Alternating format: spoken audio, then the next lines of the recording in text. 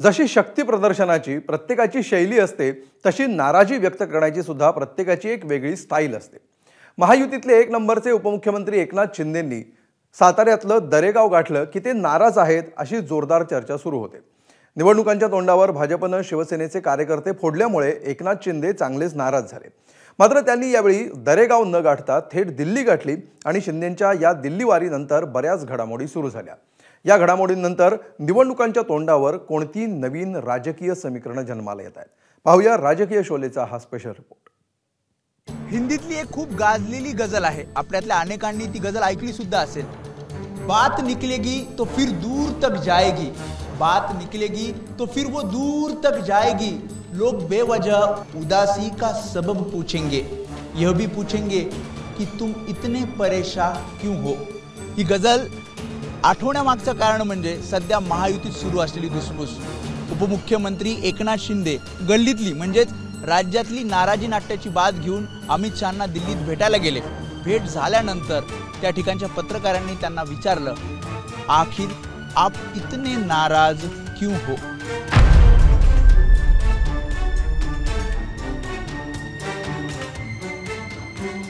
तक्रारीचा पाढा वाचणारा रडणारा एकनाथ शिंदे नाही आहे, तुम्हाला मी सांगतो। रडणारा नाही, लढणार आहे आणि ते आपण पाहिलं वेळोवेळी। त्यामुळे या छोट्या मोठ्या तक्रारी राष्ट्रीय पातळीवर आम्ही आणत नसतो।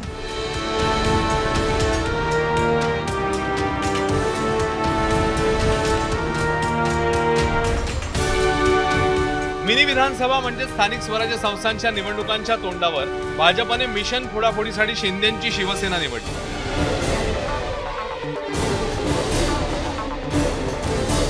शिवसेना नाराज झाली, मात्र रडत बसण्यापेक्षा शिंदेंनी लढायचं ठरवलं आणि याच लढाईचा एक भाग म्हणून शिंदेंच्या दिल्ली वारीकडे आणि त्यांनी अमित शहांशी केलेल्या चर्चेकडे पाहिलं जातं। आता एकनाथ शिंदेंनी अमित शहांकडे ज्या गोष्टींची तक्रार केल्याची कुजबूज सुरू आहे त्यावरही एक नजर टाकूया। कल्याण डोंबिवलीतील ऑपरेशन लोटसवरून अमित शहांसमोर नाराजी व्यक्त करण्यात आली। रवींद्र चव्हाण भाजपचे प्रदेशाध्यक्ष, मात्र शिवसेनेचेच नगरसेवक फोडतात। मोठी रक्कम घेऊन चव्हाण नगरसेवक फोडतायत। शिवसेनेचं नुकसान करण्यासाठी कल्याणमध्ये रवींद्र चव्हाण सक्रिय आहे। भाजप प्रदेशाध्यक्षांनी महायुतीला सोबत घेऊन पुढे गेलं पाहिजे। ज्या नगरपालिका किंवा स्थानिक स्वराज्य संस्थांचे जे प्रश्न आहेत हे इथे राष्ट्रीय स्तरावर आणण्याचा काही विषयच नसतो। त्यामुळे आम्ही काल मुख्यमंत्र्यांच्या बरोबर बसलो, चर्चा झाली, त्यामधून एवढंच ठरलं की महायुतीला कुठेही गालबोट लागणार नाही, महायुतीमध्ये कुठेही मतभेद होणार नाहीत याची काळजी प्रत्येक पक्षाने घेतली पाहिजे आणि तशा प्रकारच्या सूचना प्रत्येक पक्षाच्या प्रमुखांनी दिल्या पाहिजे, अशा प्रकारची चर्चा झाली। आणि त्यामुळे आता तो विषय जो आहे तो काल तिकडे संपलेला आहे, तो दिल्लीचा विषय नाही आहे। अमित शहांना दिल्लीत भेटल्यानंतर एकनाथ शिंदेंनी दिलेल्या प्रतिक्रियेवर किती विश्वास ठेवायचा हे तुम्हीच ठरवा, कारण महायुतीत नाराजी नाट्य सुरू आहे हे तर नक्की। आणि म्हणूनच आता भाजप आणि शिंदेंच्या शिवसेनेत एक तह झालाय। तो तह म्हणजे एकमेकांच्या कार्यकर्त्यांची फोडाफोडी न करण्याचा। आम्ही वरच्या सर्व नेतृत्वाने म्हणजे देवेंद्रजी, एकनाथजी आणि अजितदादा आणि मी सुद्धा समन्वय समितीत आहे एनडीएच्या, त्या समिती हे ठरलं की कुणाचाही पक्षप्रवेश करायचा नाही। पण लोकल लेवलला जेव्हा तिकीट मिळत नाही, 8-8, 10-10 वर्षापासून ते वाट पाहतात आहे। त्यामुळं काही लोक एकनाथ शिंदेकडे, एकनाथ शिंदेचे काही लोक भाजपकडे, दोघांची राष्ट्रवादीकडे, त्यामुळं थोडा उडाउडी चालू आहे नगरपालिकेच्या निवडणुकी संदर्भाने।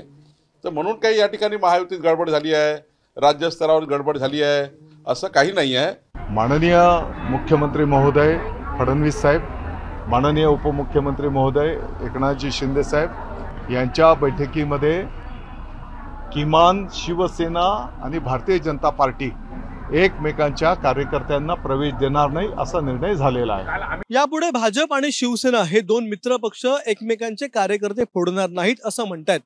मात्र जो बूंद से गई वो हौद से आती नहीं असं देखील म्हणतात। या दोन मित्र पक्षांमध्ये झालेल्या अलिखित सामंजस्य कराराच्या आधी जे पक्ष प्रवेश झालेत त्यांचं आता काय होणार? त्यांना महापालिकेची तिकीट मिळणार का? आणि तिकीट मिळालीच तर त्यांच्यासाठी हे दोन्ही मित्रपक्ष सर्व काही विसरून काम करणार का की राजकीय कुरघोड्या करणार? हे बघणं आता अचूकता ठरणार आहे. राज ठाकरेंच्या एंट्रीमुळे मुंबईपुरती का होईना पण मवियात फूट पडल्याचं चित्र आहे.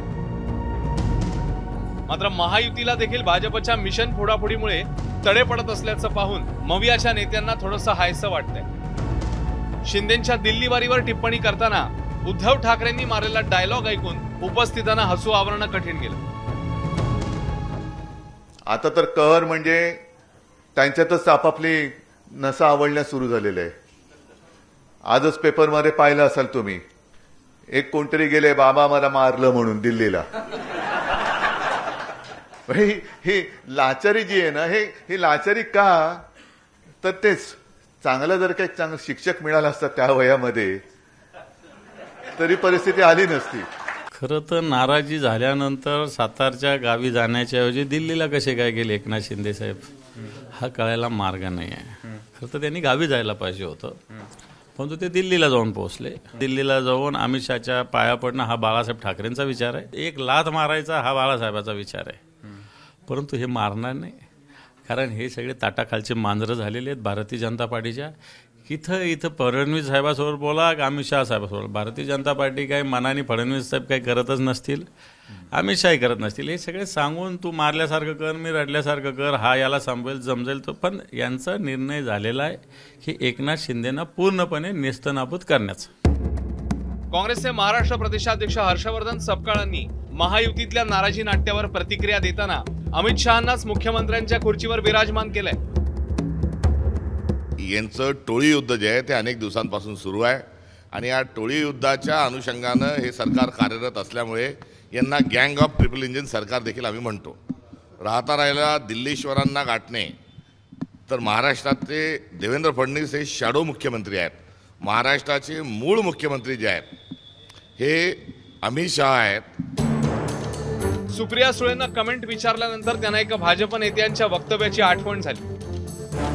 मी विचार करत होते भारतीय जनता पक्षाचे कुठल्या नेते दिल्लीवरनं आले होते आणि त्यांनी एक भाषण केलं होतं. त्यांनी असं एक भाषण केलं होतं, मला वाटतं रवींद्र चव्हाणजीच जेव्हा त्यांनी जबाबदारी घेतली त्यांच्या वेळीच का त्याच्या आधी वेळेस, की भारतीय जनता पक्षाने असं काम केलं पाहिजे की मित्र पक्षांनीही तुमची येऊन कंप्लेंट माझ्याकडे केली पाहिजे की हे काय चाललंय, इतक्या ताकदीने तुम्ही पक्षाचं काम केलं पाहिजे.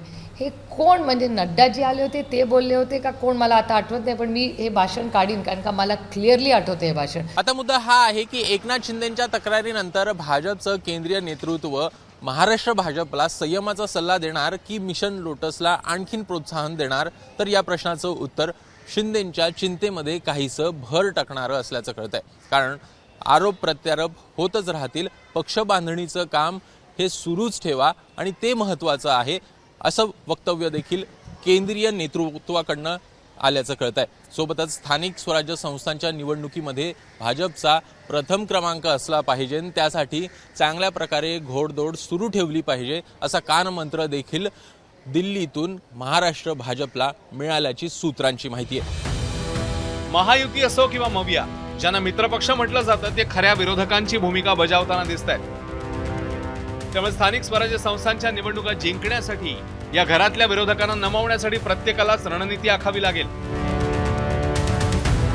नवी दिल्लीहून सोमेश कोलगेसह वेदांत नेब आणि अभिषेक मुठाळ, एबीपी माझा, मुंबई. एबीपी माझा, उघडा डोळे बघा नीट.